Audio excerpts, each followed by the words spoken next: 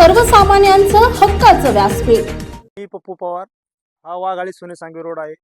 इथे एक 10 वर्षापूर्वी इथून एसटी जायची। त्याच्यानंतर ह्या रस्त्याची दुरवस्था पाहून एसटी बंद झाली। त्याच्यानंतर इतकी दुरवस्था झाली की इथं गवत उगवलं होतं। पण हा वाघाळी सोनेसांगवी शेतकऱ्यांसाठी किती दळणवळणाचा महत्त्वाचा रस्ता आहे हे आम्ही मानसिंगभाई यांना याची खात्री करून दिली की हा किती महत्त्वाचा रस्ता आहे।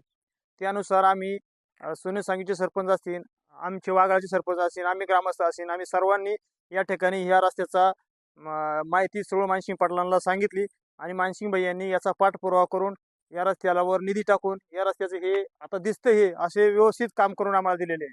किती किलोमीटर रस्ता आहे? हा 4 किलोमीटर रस्ता आहे। आणि तुम्ही मगाशी म्हणाल की या ठिकाणी गवत होतं, तर ते साधारणतः किती वर्षापूर्वीची अवस्था तशी होती? ही आता 3 वर्षापूर्वीची 3-4 वर्षापूर्वीची अवस्था होती। 3 वर्षापूर्वी रोड इथं कच्चा होता हो, नाही जातच नव्हते।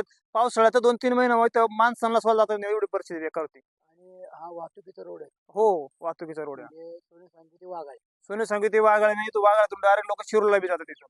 तिथून वाघाळी ते शिरूर पहिली एसटी चालू होती, पण त्याच्यानंतर इथे कोण लक्ष नाही दिलं तर हा इतका खराब झाला की याच्यावर गवत उगवून एसटी सोला बंद झाल्या। त्याच्यानंतर मानसिंग पाटला आम्ही सगळ्यांनी मानसिंग पाटलांकडे तक्रार केली आणि त्याचा पाठपुरावा केला। मानसिंग पाटलांनी पाठपुरावा करून ह्या रस्त्याचे काम आम्हाला निधी टाकला आणि करून दिले। म्हणजे मानसिंग पाटलांमुळे हा रोड झालाय। हो, मानसिंग पाटलामुळे हा रोड झाला। तरी याच्यामुळे दळणवळण साधन सुरू झाले होते। हो, एसटी वगैरे चालू आहे का आता? एसटी वगैरे नाही चालू, पण सगळं व्यवस्थित चालू आहे। म्हणजे येण्या जाण्याचा मार्ग चालू झाला लोकांचा वाघाळी सोनेसांगवी यांचा। तसेच या रस्त्याचे काम झाल्यामुळे या भागातील जे शेतकरी आहे यांना दळणवळणाची सुविधा व शेतीचे माल ते कुठेही नेऊ शकतात। आता इथून पहिली सुविधा नव्हती, आता ते सहजरित्या इथून शिरूरला नेऊ शकतात ते माल दळणवळणाच्या।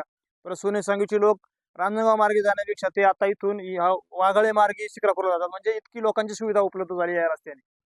शेतीमालासाठी फायदा झाला. हो, शेतीमालामुळे फायदा झालेला आहे आम्हाला या रोडचा।